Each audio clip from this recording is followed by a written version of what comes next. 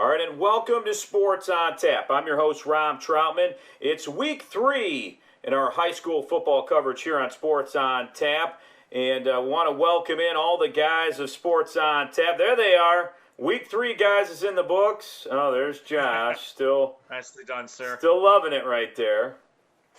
Still the champion until I'm not, boys. That's all that matters.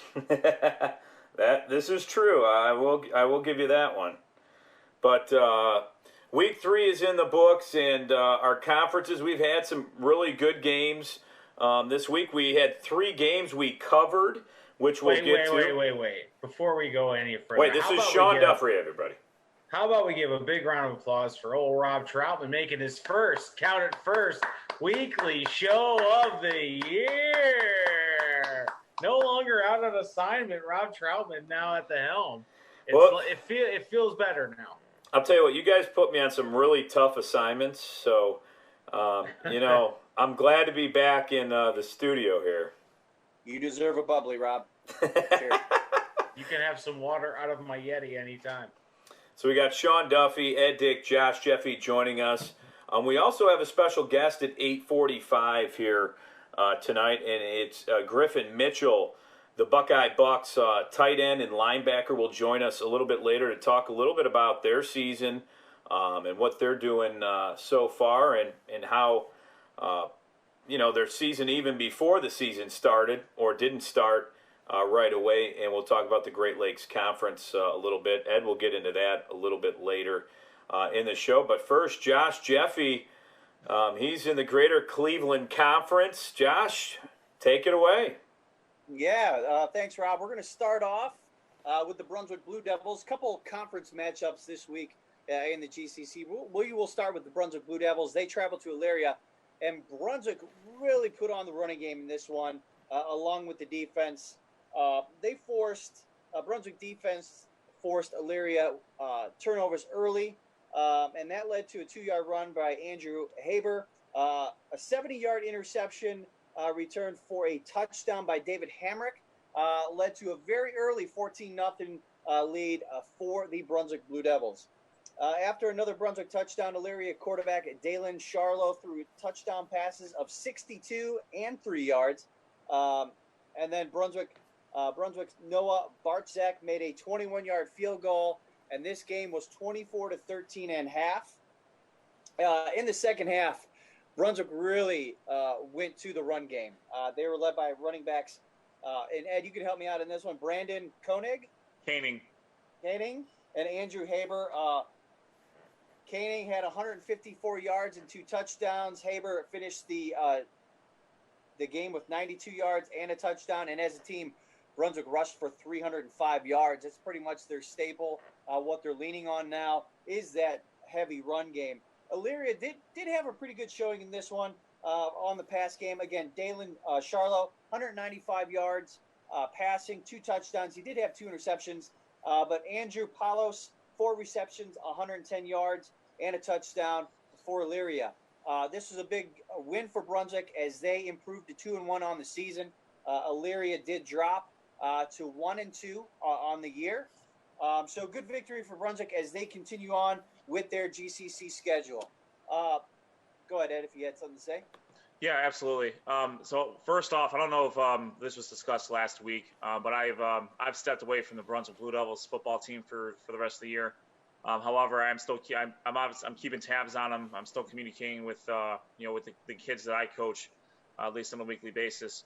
But I don't need to get into the whole why of it. But I will still offer some commentary about the Blue Devils. So the big thing that the one of the big strengths for the running offense is Haber and Koenig. I've watched these guys play for quite a while, and the thing with Koenig, he's very low to the ground, and he's tough to see when you're running the ball. When he's running behind the big lineman, before you know it, he's got 5 yards.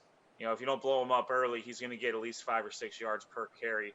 And Haber, he's a little bit of a bigger dude, but he finds the holes and he's very tough to bring down. So, as you mentioned, with Jake Charette going down, and with a junior quarterback in Ethan Fritz, who is probably a better suited passer than Jake Charette. but we're going to be leaning a lot more on Koenig and Haber and the rest of the running game going forward. Definitely good to see Noah hit a field goal. I talked to him and then our other starting kicker Gavin Erst over the course of the week. They both had a little bit of a rough start to their careers on the varsity level, but they've both since leveled off. So big win for Brunswick. And Josh, why don't you tell everybody who we're playing next? Well, we'll get to that. We'll get to that in a minute because I think we've kind of maybe Brunswick may have stumbled on something as they move on to their next opponent. But the next game we're going to talk about is the other conference matchup that was had in the GCC this past week, and that was Medina. They traveled to Strongsville, and they got a well-needed victory for them. Medina, a convincing 34-7 victory over the Mustangs, and Medina's offense is high-powered, especially the passing offense. They're led by quarterback Drew Alar. Now, in this game, in the first half, he had 260 yards passing, 2 touchdowns. But the problem that's been plaguing him all season are interceptions and turnovers. And in this first half, he did have 3 of them, which, fortunately for the Bees, did not lead to many points for Strongsville. But in the second half of the game, he started taking care of the ball a little bit.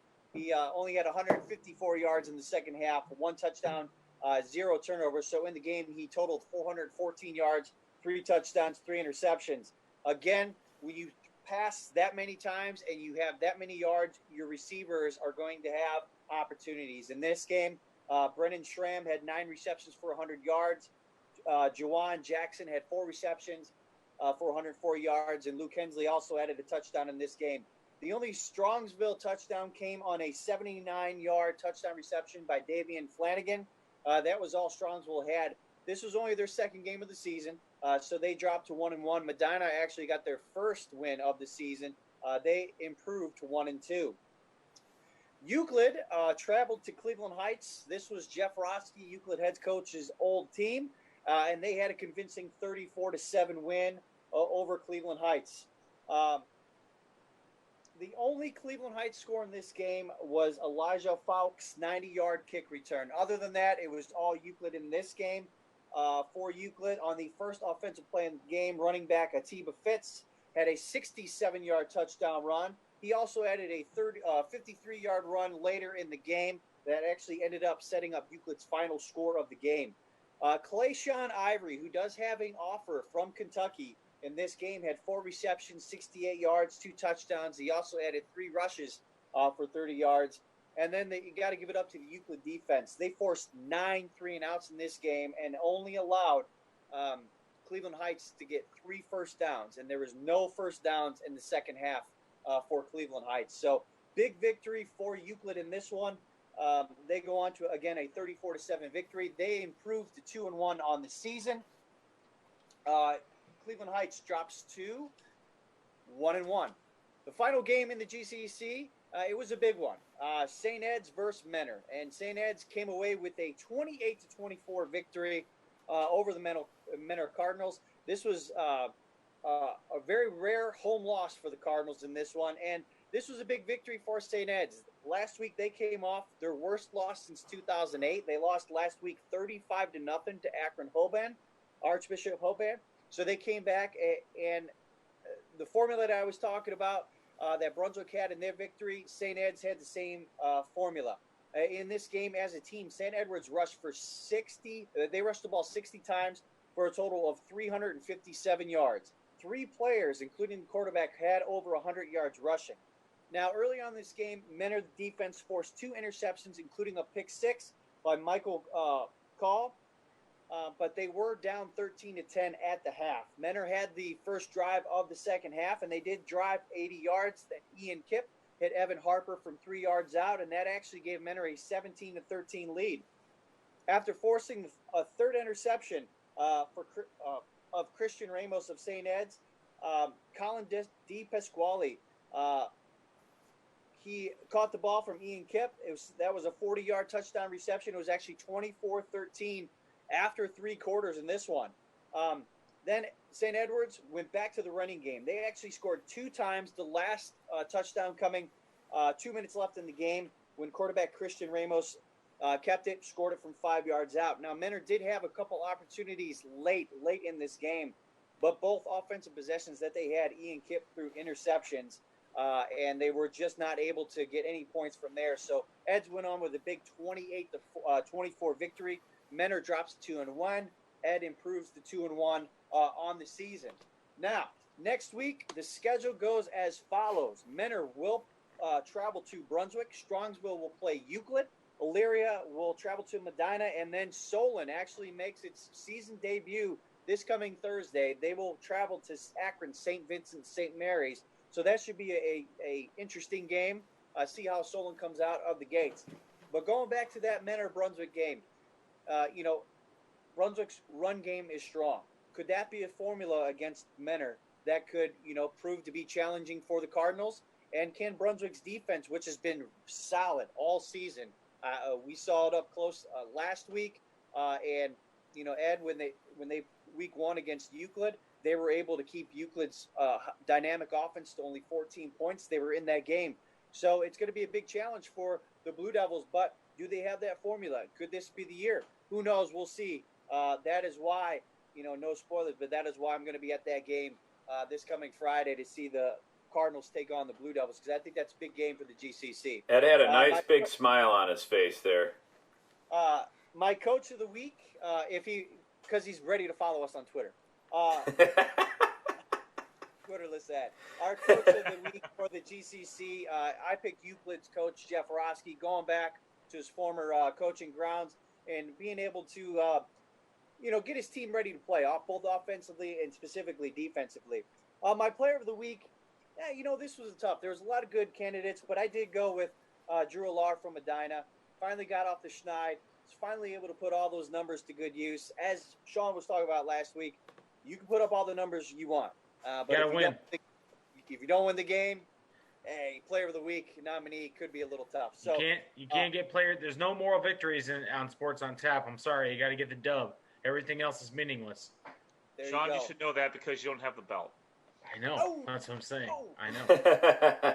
That's a low blow, Ed. Nor do I. That's a low blow on a Monday night, Ed. I'm telling you right now. As close as my matchup is, you're going to come at me with that nonsense? It's only week 1, my friend. As close as my matchup is not. Right. Yeah. Speaking like a guy that doesn't worry about the Monday night games. So, again, my PhD Fitness Coach of the Week nominee went to Jeff Roski, and my RT Productions Player of the Week nominee, Drew Aller of Medina. And that wraps up the GCC for week 3. Back to you, Robbie. All right, nice work, Josh. And now we'll head to the Southwestern Conference, where we'll start at Avon Lake. And with Avon Lake, it was pretty dominating right from the first drive as they ran the ball, scoring with running back Gage Tusler. On the next series, though, it was Avon Lake running the ball for 28 yards and then passing for 52 yards. And that was quarterback Michael Corbo. The drive was finished by wide receiver Mitchell Fetters. And before half, you could tell the Shoremen, they wanted to make a statement. They went 70 yards. Michael Corbo to wide receiver Nathan Sicalo. Sicalo actually had a receiving touchdown, and he returned an interception for a touchdown as well. And then after half, the Shoremen, they would get 2 more scores right away from quarterback Michael Corbo with runs of 39 and 15 yards. Avon Lake, they win big time here, 42-0 as Midview drops to 0-3. Avon Lake 2-1. Some stats on the night, it was Gage Dusler. He had 19 rushes for 98 yards and a touchdown.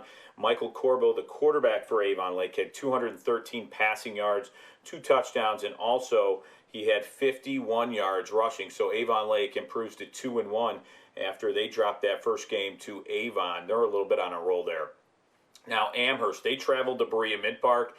And Amherst didn't really have the offense early on, as their defense are the ones that kept them in the game, as they sacked Luke Devins, the quarterback for Berea Mid-Park, 4 times, thanks to Lavelle Gibson, the senior, accounted for 2.5 of those sacks. And Devins, he was hurried or hit most of this game. Berea Mid-Park, they led 24-14 into the second half of the game, but it was Alden Steele who picked off Devins, returning it for a touchdown. That did cut the lead to 3, and Berea Mid-Park, in this game. They were led by quarterback Luke Devins and wide receiver Devin Johnson. They connected twice for touchdowns in this game. The Titans recovered 2 onside kicks in the game, which you usually don't hear a lot about, but they didn't convert any of them into points. And the Comets offense, they actually struggled until it counted at the end of the game. They trailed by 3 with 1:38 left in this game. Amherst went 55 yards for the go-ahead touchdown, and it was senior running back Mackie Purdue. It was his only run in this game, and he ran it in from 1 yard out to get the win. Amherst, they stayed perfect and come from behind in this game. 28-24 is your final score. So Amherst now 3-0 in the division and overall, and Berea Mid-Park, they fall to 0-3 on the year, 0-2 in conference. Some stats on the game was running back Jonathan West for Amherst. He rushed 14 times for 114 yards. For Berea Mid-Park, it was quarterback Luke Devins. He threw for 173 yards and had 2 touchdowns, but he also had 3 interceptions. Wide receiver Devin Johnson had 3 catches for 80 yards and 2 touchdowns on the night. Now, North Ridgeville, they traveled to Avon, and it was not great for North Ridgeville on this night, as it was Avon senior quarterback Nico Pappas. He threw for a pair of touchdowns, and 4 running backs in this game scored touchdowns for Avon as they dominate the Rangers in this one. It was close, though, early on, as running back Devin Hunter, he scored first on a 26-yard pass from Nico Pappas. Or actually, it was a 26-yard pass from Nico Pappas to Aiden Hanna, and Devin Hunter also scored. Avon jumped out to a 14-0 lead before the Rangers would get on the board with a 60-yard pass from Jacob Mattis to wide receiver George Allen. It was 14-7, and then Avon would score 28 unanswered points in this game to run away with it. 49-14 was the final in this one. Avon, they had 289 yards rushing on the night and 489 yards of total offense. It was Nico Pappas, the quarterback for Avon, 143 yards and 2 touchdowns. And for North Ridgeville, it was Jacob Mattis with 116 yards and a touchdown for North Ridgeville. Now, going to Westlake, there wasn't much on this game, but Westlake, they lose in this one 40-20 versus Green. Westlake drops to 1-2 on the year, and a tough loss, but they got that big first win, and they're playing a lot more competitive this season, I think, as we've seen so far on the season. Now we're going to go to Olmsted Falls in North Olmsted. And Josh, you were at this game, and we'll kind of give some brief highlights here, but a pretty fun game and a fun place to watch a game as North Olmsted had kind of a new stadium and a new look there. Yeah, it was nice. It was my first trip there. Kind of a neighborhood rivalry, and this is the last matchup between these two teams as Southwestern Conference rivals, as North Olmsted's going to be moving to the GLC next year. So this was kind of a big game for North Olmsted as they came off, last week or the week before in week 2. They had a big 28-0 victory over North Ridgeville. So they were looking to really kind of keep that momentum going. But Olmsted Falls came out, as they usually do, running the ball, tough offensive-minded team, and they play good defense. In fact, it was quickly 14-0 in the first quarter from there, and the defense just kept piling on, and then the offense for the Bulldogs just do what they do. That triple option, as we always talked about, so many different looks come out of it. They were really able to move the ball pretty well on the Eagles, and to the point where it was 35-7 at halftime in favor of Olmsted Falls. Honestly, at that point, I thought we were going to have a running clock shortly there into the second half. Just the way that the two teams ended the half. Olmsted Falls, or North Olmsted, did have an opportunity to get just some points at the half, but they weren't able to convert on fourth down, which I thought at the time was a big missed opportunity. As these teams came out in the second half, Olmsted Falls was doing their thing, but North Olmsted came out a different team. They quickly scored, and then they were able to get a quick turnover, and then they were able to score on the very next play. So it made it 35-21, just like that. So there, I thought, okay, we had a game. In fact, I put on the update on our Twitter feed, business is about to pick up, because I thought that it would. Olmsted Falls, though, was able to kind of ride that wave of momentum from North Olmsted, and they were just able to continue what they did in the first half of the game. Run the ball, play great defense, and just basically be the bully, I guess, for a lack of a better term. There's a lot of moving the ball. Olmsted Falls made some passes when they had to, but in this game they weren't. They didn't have to. They were able to run the ball, hit their spots. Some bright spots for North Olmsted. Anthony Gercio, he scored the first touchdown, 67-yard QB scramble. Then he was able to hit Eric Wasson later on in that game, 67-yard touchdown pass. The Eagles were in it. They didn't give up. They were fighting hard. So I'll give them credit for that. Just Olmsted Falls was just too tough. They're a battle-tested team. They've been through the rigors in this game, and they ended up with a 56-27 victory over the Eagles. North Olmsted, they did drop to 1-2 on the season, and like Rob, you'll talk about the what this week looks like for them. Yeah. But Olmsted Falls improves to 2-1, and they go to North Ridgeville, and then North Olmsted, actually drops to 1-1, and they will travel to Avon. To battle the. Yeah, and great job. I'm showing the video here that Josh took from the game, and showed a little bit of your video while we were going over some of what you saw, and it looks great. Really, you did a great job with showing some of the highlights, and really North Olmsted, for being 1-1, they didn't get to play in that first week, but came back and dominated North Ridgeville. And then in this game, they hung around, but Olmsted Falls, they're just so strong. Their running game every year is really strong, and North Olmsted, though, they did show some good things. At least they didn't give up in this one, and it shows that Olmsted Falls is one of those just tough teams. They're always there at the top. With Avon Lake, Avons, and Amherst. Seems like right now all four of those teams are at the top right now in the SWC. Yeah, and for Olmsted Falls, their running backs, they were led by Ryan Fiskanich and Andrew Parkowski. Those were the two guys that really led the charge. Fiskanich was more of the speed back, I guess you could say, and Parkowski is just a big bruiser. He definitely had his couple touchdowns were from the goal line in this one. Like you said, Rob, they're a tough team. They're battle tested. They know how to win, and they know they have their offense and they know how to run it well. And they did it again in this game. But again, give credit to North Olmsted. They did make it interesting there to start the second half, and I thought we were really going to have a really nail biter of a game that second half. But Olmsted Falls was able to counter their momentum and really take control and the lead of the game. Well, your fingers had to be hurting after that one. High-scoring game, and you're trying to update Twitter with video and scores and stuff. Because it was actually quite chilly. It was a chilly night for high school football, so my hands were actually a little cold. So they're not used to that, but we were able to get through it. I'm just happy my cell phone battery stayed where it was. Didn't die, so that's helpful. Well, nice job, Josh, on that, and we'll go through and give my Southwestern Conference G&G Fitness Coach of the Week was Mike Passarello of Amherst, and after their loss to Avon, it's pretty easy to just fold and give up on there. And even Berea Mid-Park, they're down 24-14, and they got the win to improve to 2-1. So he is my Coach of the Week, and the Southwestern Conference RRT Productions Player of the Week was Olmsted Falls running back Andrew Parkowski.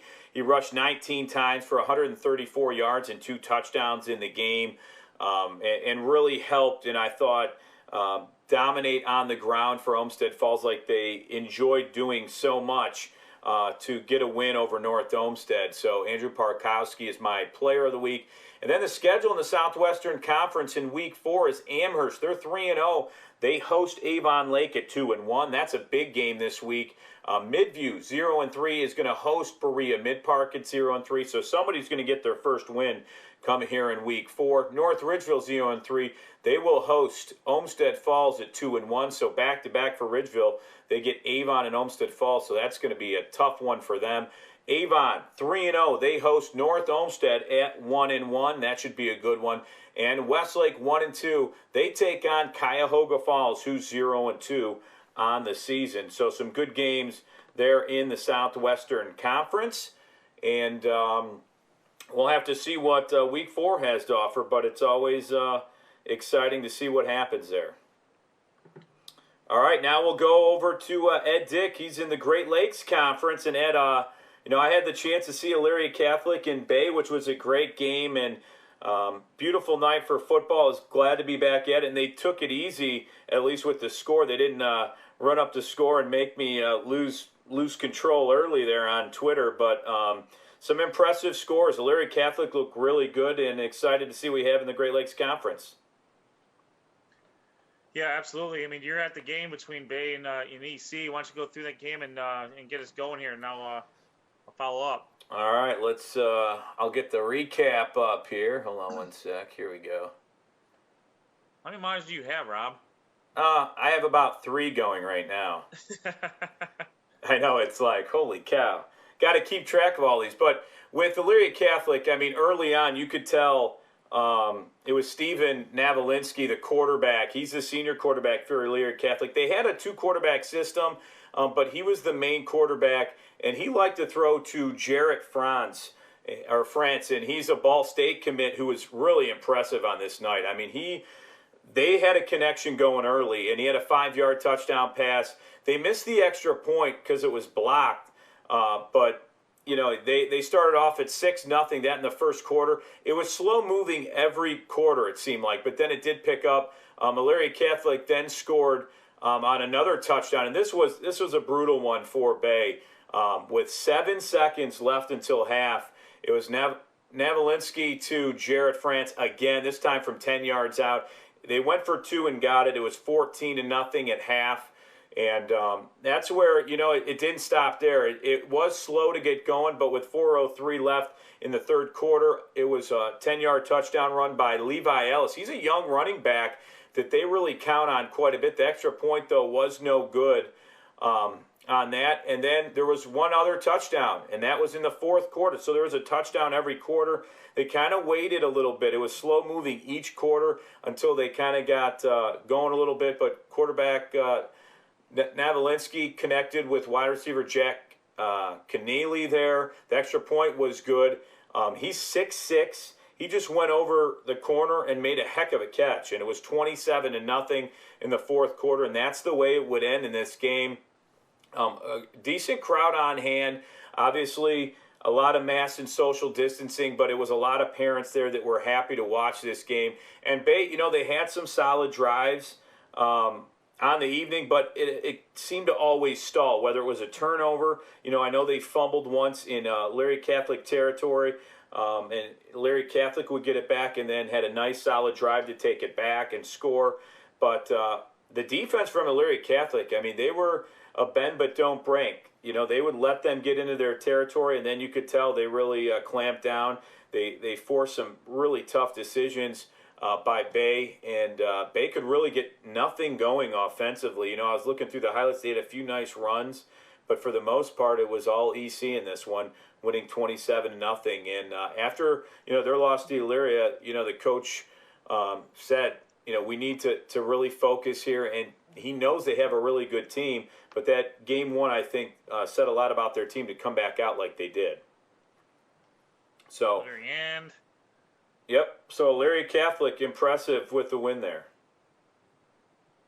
That was a really good. That's a good game. Probably the best. Probably the most even matchup out of the contest from the GLC this week.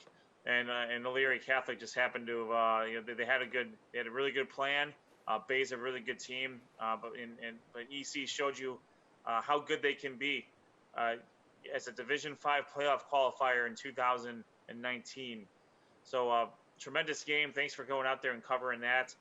Getting the GLC, getting the GLC some love there, and we'll move over to some of the other games in the GLC. Elyria Catholic was one of the few teams that did have a game played right before this week. Most of the GLC teams, this was their first week of play. So let's my Microsoft Word wants to work here. All right, we had a full slate of games to get to. We'll start with Rocky River hosting the Fairview Warriors in both team season opener. This matchup is also known as the Battle of Wager Road, or I don't know if it's a wager or wagger. Someone can help me out with that one. That'd be fantastic.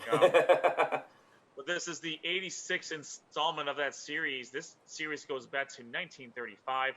The Pirates wasted no time settling matters in this contest. They scored the first 7 touchdowns to take a 46-0 lead. Quarterback Braden Spees hit senior Joey Pike for a 73-yard touchdown pass. Then he also hit sophomore Stan Hewler for a 12-yard touchdown pass. Spees also then rushed for a 10-yard touchdown run of his own. The BBs, John and Tommy, they certainly put their stamp on the game. Junior Tommy scored on a 53-yard pick six. He also had a rushing touchdown. Sophomore John had 2 special teams touchdowns, a 78-yard punt return and an 85-yard kickoff return for touchdowns. David Rosenberg led the Pirates with 6 tackles on defense. Fairview, the Warriors were able to get 2 touchdowns late in the game. Efforts from sophomore Nate Lonk, junior Gavin Jennings, and sophomore Zach Wilson were instrumental in those scoring drives. They had a final tally of 46-14. Rocky River is 1-0. They will take on Parma Heights Holy Name in Week 4. Fairview is 0-1. They will host GLC newcomer Lakewood next week. Credit to Bob. I pronounce it Spees because I have cousins named who's that's what they are. They're spelled exactly the same way. So if it's Spies, I apologize. Please correct me for future shows. But credit to Bob Spees/Spies for sending the game recap from the Rocky River School website. Very, very helpful. Full credit goes there. Moving on. The Lakewood Rangers, they were 0-2 coming into this contest. They took on the defending GLC co-champion Buckeye Bucks. We are doing the Buckeye recap in York Township in their inaugural GLC contest. The Bucks promptly welcomed the Rangers with a 66-yard touchdown drive in 2 plays. A 63-yard jaunt by Cayman Marshall was then followed up by a 3-yard touchdown run by Ben Barnes. Barnes would rush for 4 touchdowns overall, scoring from 3, 4, and 45 yards out. And he hit on 3 of 4 extra points.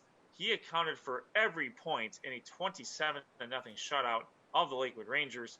Barnes rushed 15 times for 118 yards and 4 scores, while backfield mate Cayman Marshall rushed 8 times for 118 yards. The Bucks also got 2 interceptions from Zach Weber. The defense held Lakewood to just 4 yards rushing on 23 attempts. The Rangers were led by wide receiver Pat Patsoris's 5 catches for 74 yards. Buckeye moves to 1-0.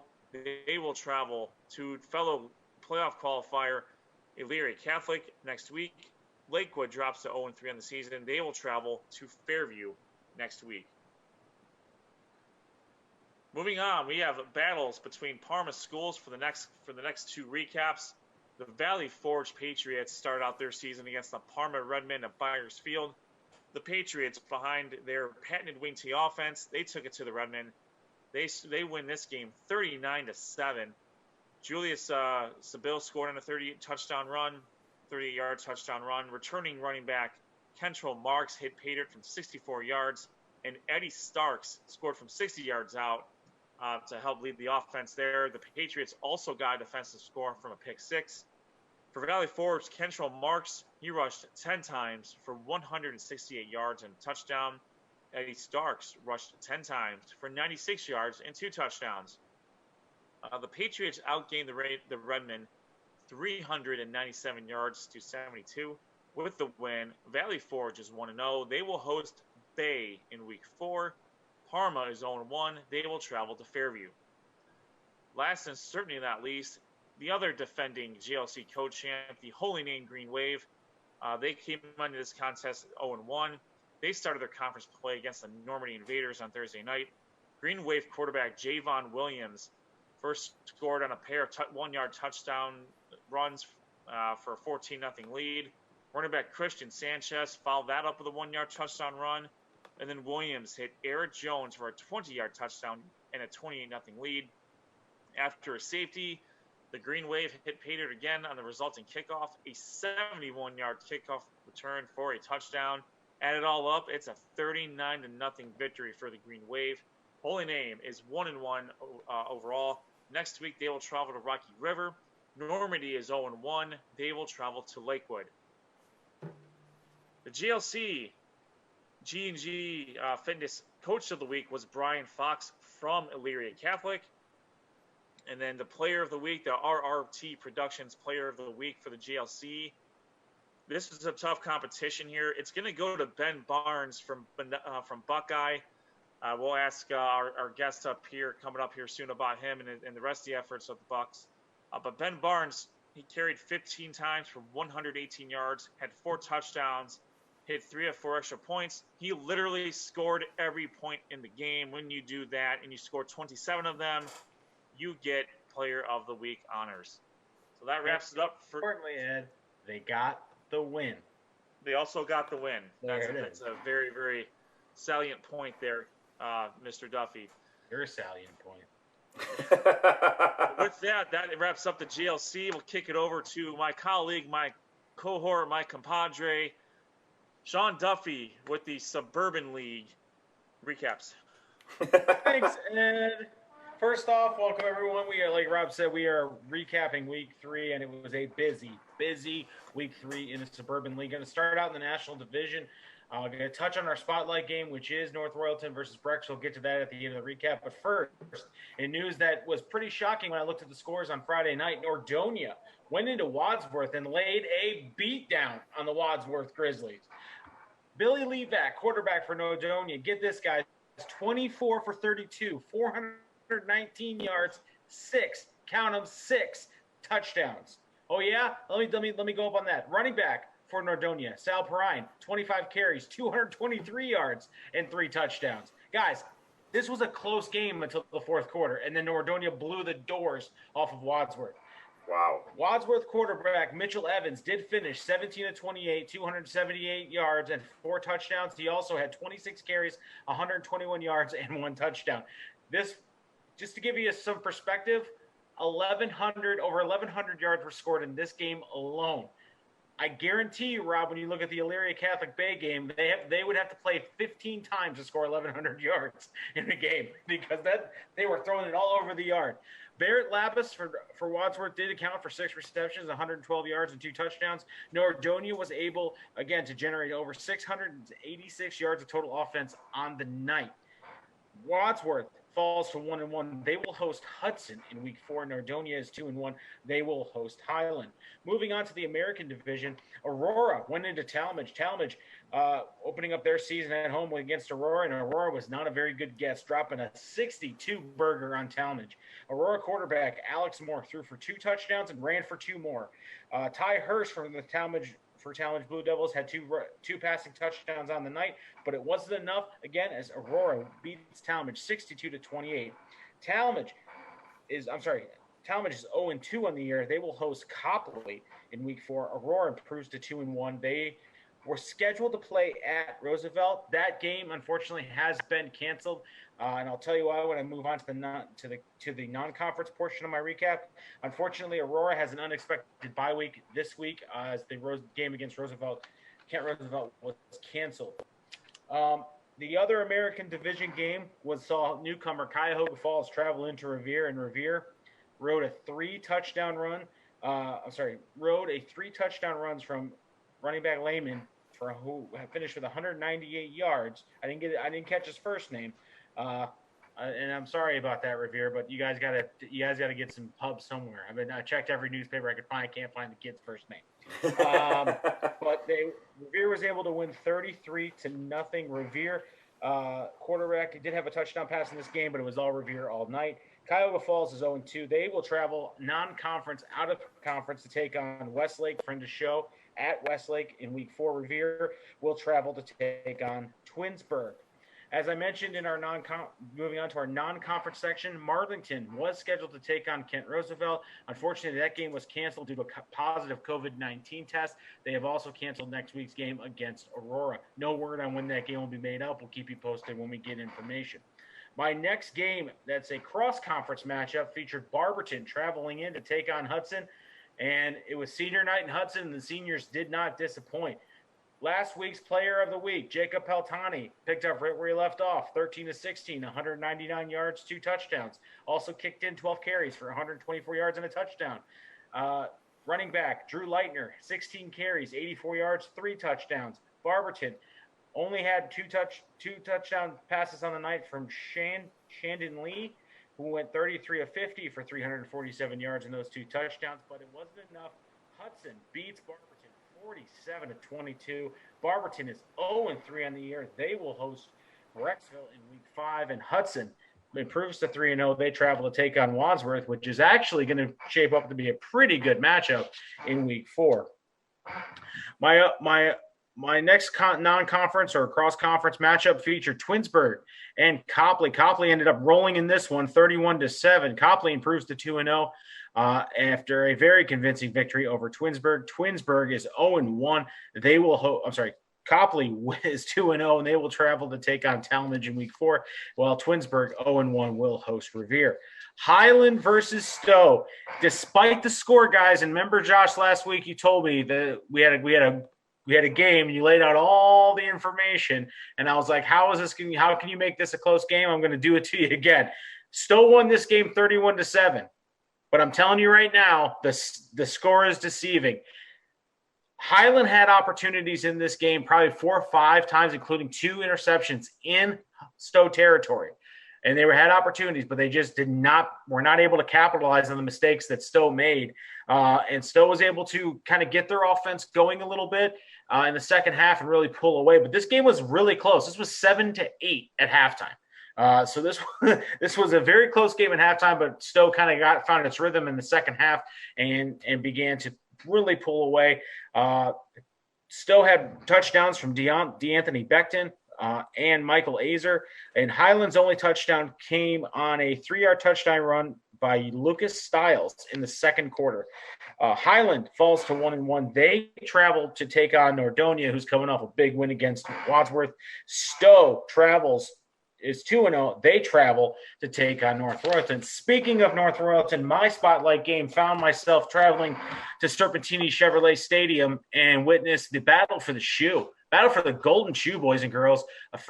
Brecksville travels in to take on North Royalton.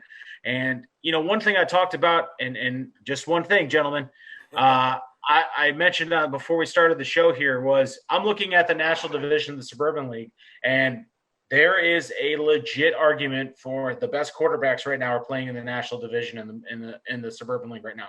We have Billy Levac out of Nordonia, Jacob Paltani out of Hudson, Michael Piazza, who we'll talk about from North Royalton, Joe Labus, who I'm going to pronounce that guy's name right because he played very, very well. So I'll put some respect on that guy's name. And Mitchell Evans out of Wadsworth. I mean, every team in the National Division right now has a quarterback that can just put up numbers. But we'll go back to the North Royalton Brecksville game, and really what it came down to was which quarterback was able to connect with their receivers more often. And in this one, it was Joe Labus, the Iowa commit. He had 4 touchdown passes in this game, and they ran for 2 scores as well as they went to a dominating victory. Not really a dominating victory. But it was a very impressive victory and a very impressive performance by Joe Labus, who, and it was funny because Rob was yelling at me via text message to get video of these touchdown passes.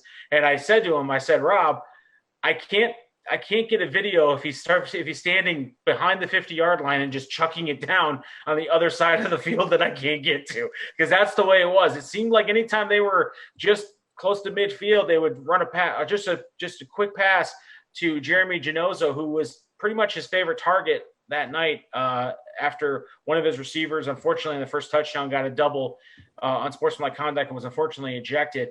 But, Jeremy Janazo was another guy who had a really great performance. On top of his 2 touchdown passes, he also had a 72-yard kickoff return for a touchdown. Not to say anything bad about North Royalton, but you could really tell they were having a tough time covering the receivers for Brecksville. Brecksville, the Bees, really were able to get behind the secondary and give fits to the safeties. Were not able to adjust, and he was just picking them apart. What I was really impressed with Lavis was it's a hard thing to ask a high school kid to throw an out route on the outside shoulder. That's one of the toughest passes to throw. That seemed to be his bread and butter. He was able to throw an out route on the outside shoulder and get them going upfield very, very quickly. He was very impressive, to say the least. And you know what? Also, shout out to Brecksville running back Garrett Kubitz, who not only was their bell cow on offense, but was a difference maker on defense. Every time there was a sack, every time there was a tackle for loss, 33 was involved on that. On the flip side of it, North Royalton, unfortunately, just did not make enough plays. Michael Piazza did have a very good night. A couple touchdown passes. He was also able running the ball pretty effectively.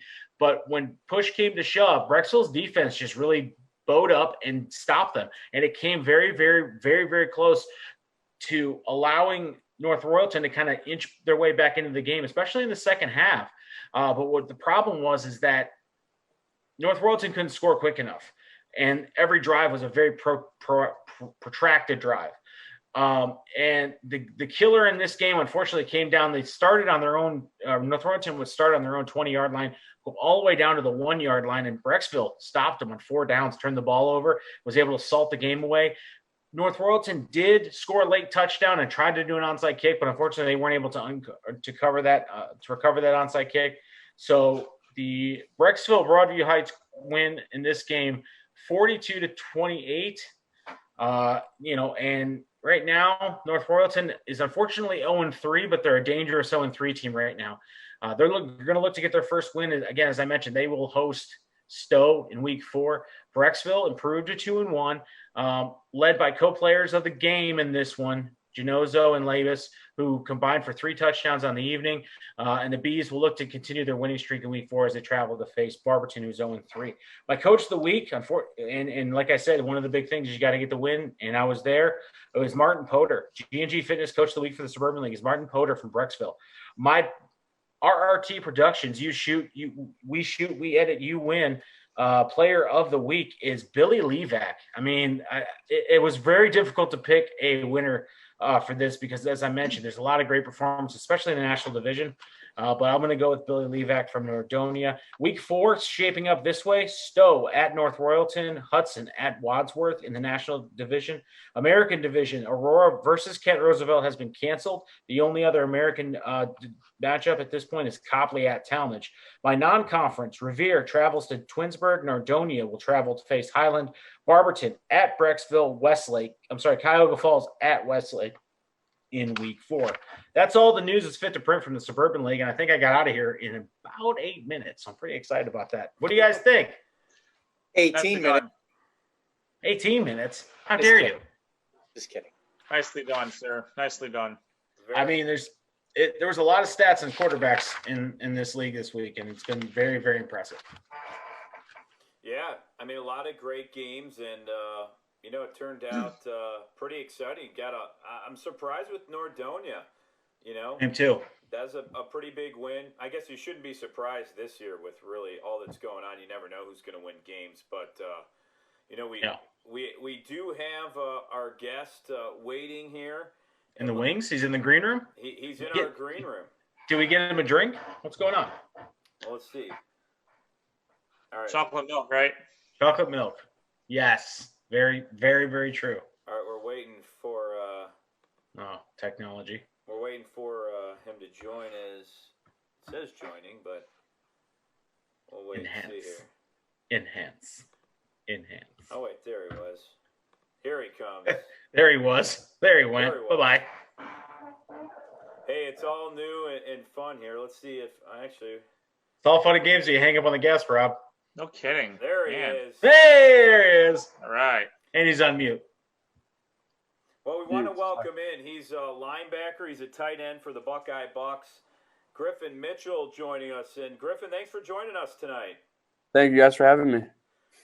You know, it's been a crazy year so far, obviously, with everything going on. How's your off season? How did your off season prepare you for the season so far?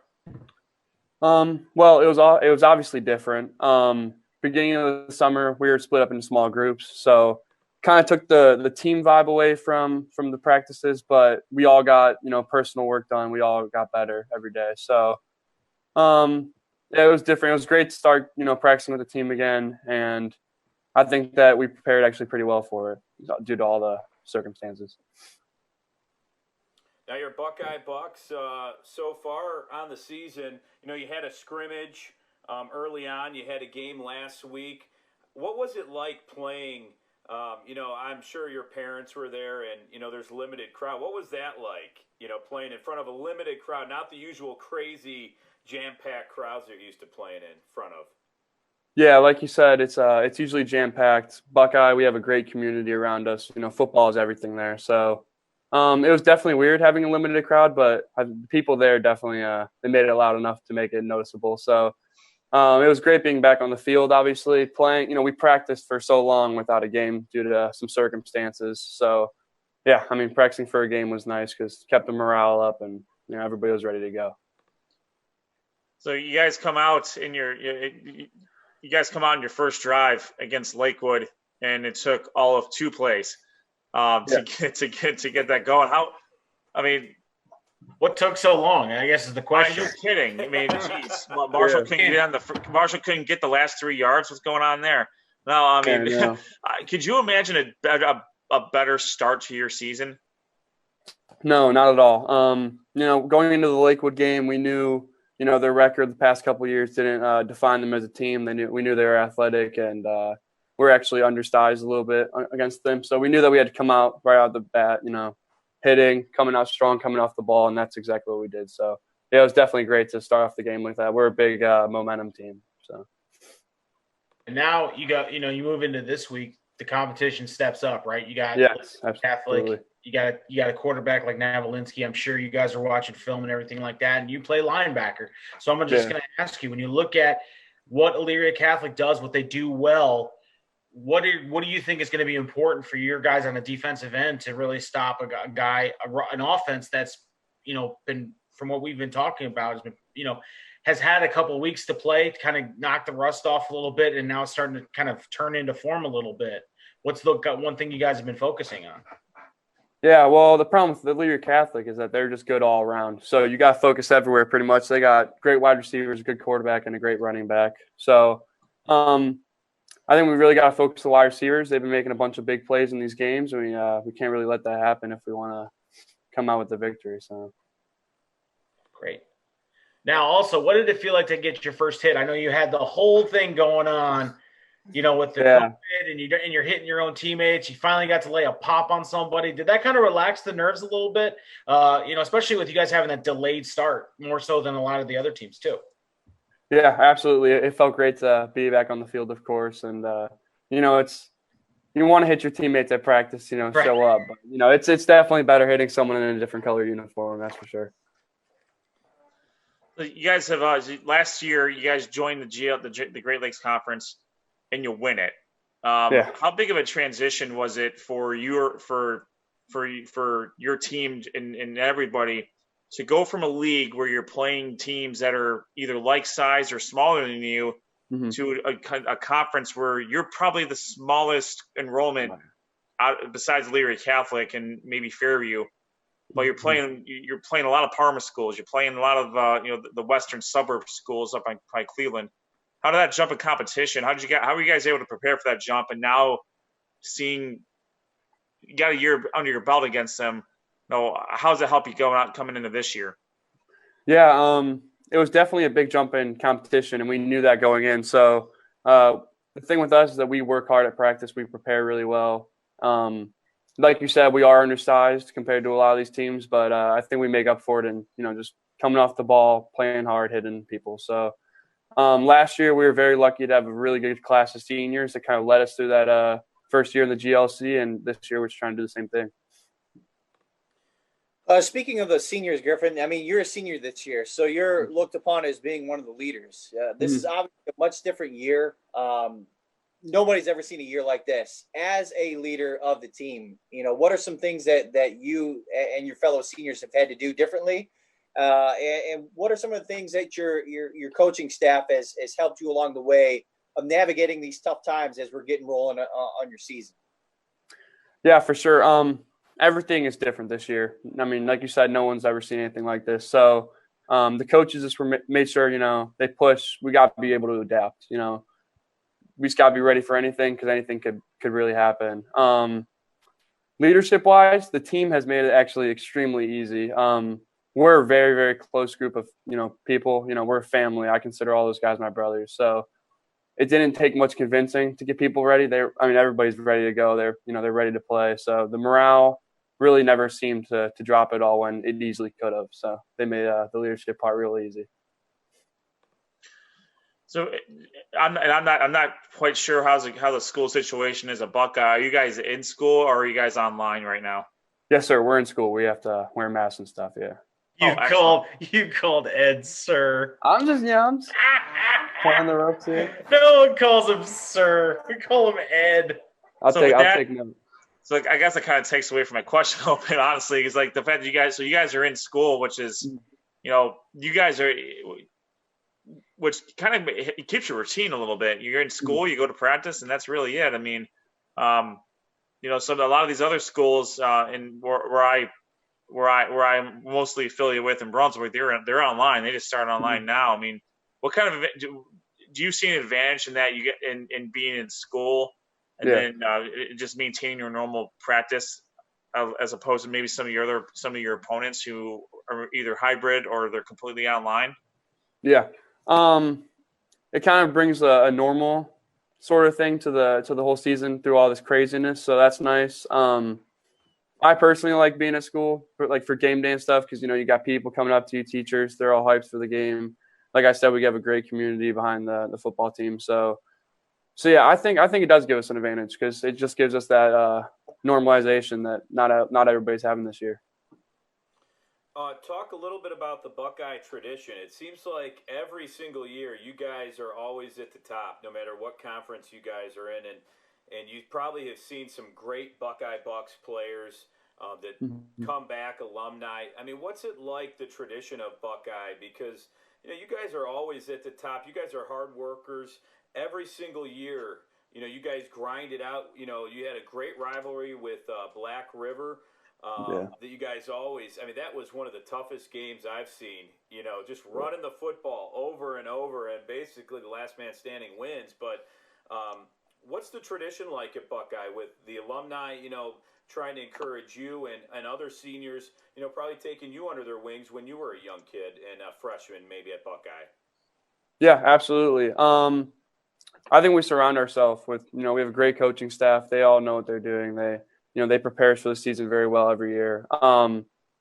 We just got players that like to play. Our motto is, if we can come off the ball and hit people, then we can win any game, no matter how outsized we are. If they have more athletes than us, we're ready for any game. And I was lucky enough as a freshman to play under my brother. It was his senior year when I was a freshman, so that was nice. He went on to play college football, so he's still telling me what to do. Sometimes I don't like it, but he'll be judging me what to do all the time. So I'm sure that helps, though. There's no doubt. Yeah, it does for sure. Yeah. That's all. Now, honestly, did it help you having a brother that was a senior, or did it hurt you on some occasions? Let's be honest here. He's not listening. Don't worry. Sometimes, it would be like, he'd be real upset after a game. And I'm a freshman, so I'm just messing around. He'd be upset. But, it was good. I have a really close relationship with my brother. And, football is something that we've always bonded on. So, I got to take a couple plays with him on varsity, which is very nice. The coaches gave me that opportunity to share that moment with him. So it was very nice, yeah. And you've been playing football for a long time. I know, you mentioned playing football when you were a little kid and still playing now, but you also play baseball. What are your plans for after football? Are you going to play football in college too, or are you just looking to play baseball? What's your future going to hold for you after high school? I would for sure love to play baseball. Football is definitely an option too. I love both sports equally, probably. I'm looking forward to the future. I don't really know exactly what the plans are, but yeah, if I could play sports in college, that'd be fantastic. Yeah. Well, if I can make one suggestion, there's a school in Northwest Ohio, not Toledo, that Okay. just really fought to get their baseball program back. That's true. So I would definitely recommend the Bowling Green State University Fighting Falcons. Bowling Green. And you won't have to change your color scheme at all because it's the Exactly. same colors as Buckeye. Your parents don't have to do it. It'll be great. Exactly. Yeah, my parents actually went there, so. Oh, Nice. There now it is. I know why they're smart. That's fantastic. Yep, exactly. Full circle right there. Goodness gracious. So Griffin, let's get down to brass tacks here. Big game Friday night against Leary Catholic. What do you expect? And you know what? Make the prediction. What do you think? No, don't. What are you doing, Sean? Gotcha journalism. What are you doing? Gotcha journalism. Yeah, going in the game. We don't do that here, Sean. Oh, Yeah, you don't really have to answer. what's he gonna say? We're gonna lose? Rob, you Of course can't he's mute, gonna- you can't mute him. Can I? Oh, Let's you- see, can I? I'm still learning. No, don't Oh yeah. I don't could. do that. Oh, there he is. It Goodness does work. gracious. You know, I didn't know if the mute button worked, but it does work. This is pretty cool. Thanks for letting me know about that. No, you don't have to answer that question. Just keep him Yeah, on mute. cool. Hey. Yeah, no. This Yeah, guy. we're going to the game knowing, EC has a bunch of athletes. They got some size on them, and they just come off the ball and hit just like we do. So we're preparing for it. We're getting ready for it. I think it all starts with a good week of practice. Mhm. So, we had practice today. Started off really well. So, and obviously we are going for the win. I can't say that. I know. Hot take. With this abbreviated season, the playoffs are going to be starting much earlier than we're used to. Than we're used to, and as far as qualifications concerned, you don't have to earn points. I mean, it's just like baseball, as you're well familiar with. So what are has Coach Dennison talked about wanting to peak at the right time, as in or is it more that let's get this win this week and then we'll worry about next week as we need to, knowing that you don't have to qualify for the playoffs this year? Yeah, we're always focused on the week ahead of us. So, we got to get ready for these teams. And even though I guess you could say, I mean, it does matter, obviously, but for playoff, reasons, a win really doesn't do much. But yeah, we're always looking for a win and proving that we belong in the GLC. I think especially for confidence, if you lose a game and it's a heartbreaker, or put a few in a row that you lose, I'm sure the confidence of the team going into the playoffs you're trying to right the ship, but it's always better to win. I'm not sure the last time the Buckeye lost more than 2 games in the regular season. It's been quite a while since that's happened. Yeah, Well before we started doing the Buckeye recap, Rob. So yeah, I guess with everything going on, big game coming up this Friday. Guys, any last questions for Griffin before we let him go? Want to thank you for joining us too. Appreciate it. Oh, absolutely. Thank you for the opportunity. What position do you play in baseball? I'm a pitcher. I'm a big 6'3" lefty, so that's my go-to. Oh, goodness, lefty. There we go. So No question. Just want to wish you good luck, and I'll be at that game this Friday night. So I'll be looking forward to watching you and Leary Catholic, and what is sure to be a classic and the beginning again of a great rivalry in the Great Lakes Conference, I would think, going forward. yeah, absolutely. Thank you. Sean's going to ask you some hard-hitting questions while you're in the huddle, so just be prepared for that. And you can't. All right, I'll keep an eye out. Look, dude, that's why I'm here. I ask hard-hitting questions. Hey, you're a pitcher, What? so if you have the distance and the aim, Sean does turn his back to the field sometimes. He's a good target on the sideline. All right, If you guys have a clock play, just like in Varsity Blues, Yeah, just that's ram it over exactly. there. If you're having a clock play, they don't let me pass the 10-yard line, so you're throwing it behind you. So don't do that. You never know. All right, Griffin, thanks for joining us here on Sports on Tap. We appreciate it. Yep. Thank you for having me. All right, Thank you. Good luck. Thank you, guys. All right, that's Griffin Mitchell of the Buckeye Bucks, the linebacker and tight end. And, we want to apologize for Sean Duffy. Why are you apologizing? I asked the guy on the team, baby, give me a prediction. If he would have said no, we're gonna lose, we're gonna get smoked. That's not on me. I'm gonna ask that question. Sean went Rob, for We're gonna win 35-7. Like what the? like we're Rob, the point. This is the point of the show where you put a graphic. You're disclaiming that Sean's opinions are not necessarily those of Sports on Tap. They're not. That's right. But hey, I will say that it was a great interview, and you answered the question the way a seasoned pro would answer that question. I'm just training him for later on in life. Sometimes people ask you questions, Rob, that you got to answer. That's true. I mean, he did a great job. He was a great interview, and want to thank him for coming on. How many high schoolers have you had on? That's literally the first time you've done that. I know. The first time. Yeah, I know. Just one. What? Just one. Just one. The first. I was kidding around with the kid. He knew I was joking. You guys, we're a special group. I'll tell you what. We are special. Were you joking? I was. No, and you want in all honesty, I was about to ask the same question I had already asked because I'm paying attention to my fantasy football because I'm getting my ass kicked right now. That's why. Oh, are you? Yeah. I haven't been keeping not against you, Rob, in my other league. That's why. So I was halfway with the question, and then I realized I was about to ask a question I'd already asked, and I didn't want to pull a Rob, so I just went way left. Way left. Now.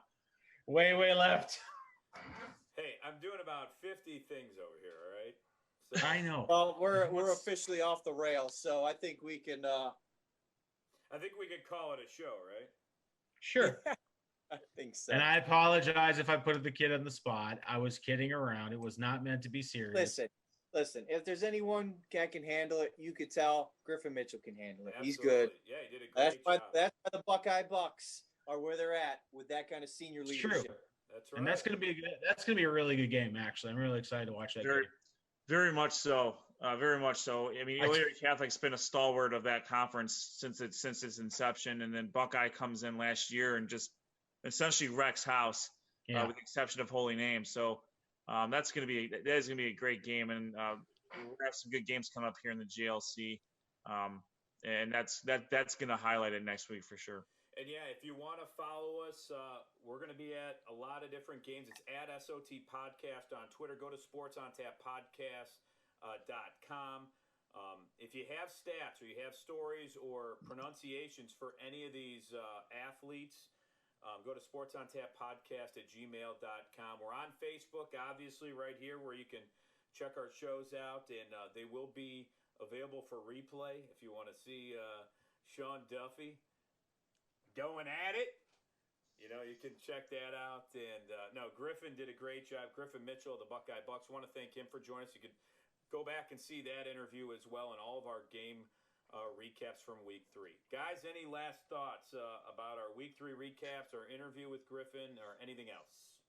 Halfway through the season, and looks like in the not next week, but the week after, we'll have a pretty good picture of what the playoffs are going to look like much earlier than we are used to, and without the benefit of Joe Idle's computer rankings. So we'll see how that shakes out. I'm really looking forward to how the divisions and how the regions are going to align based on who opts in and who opts out.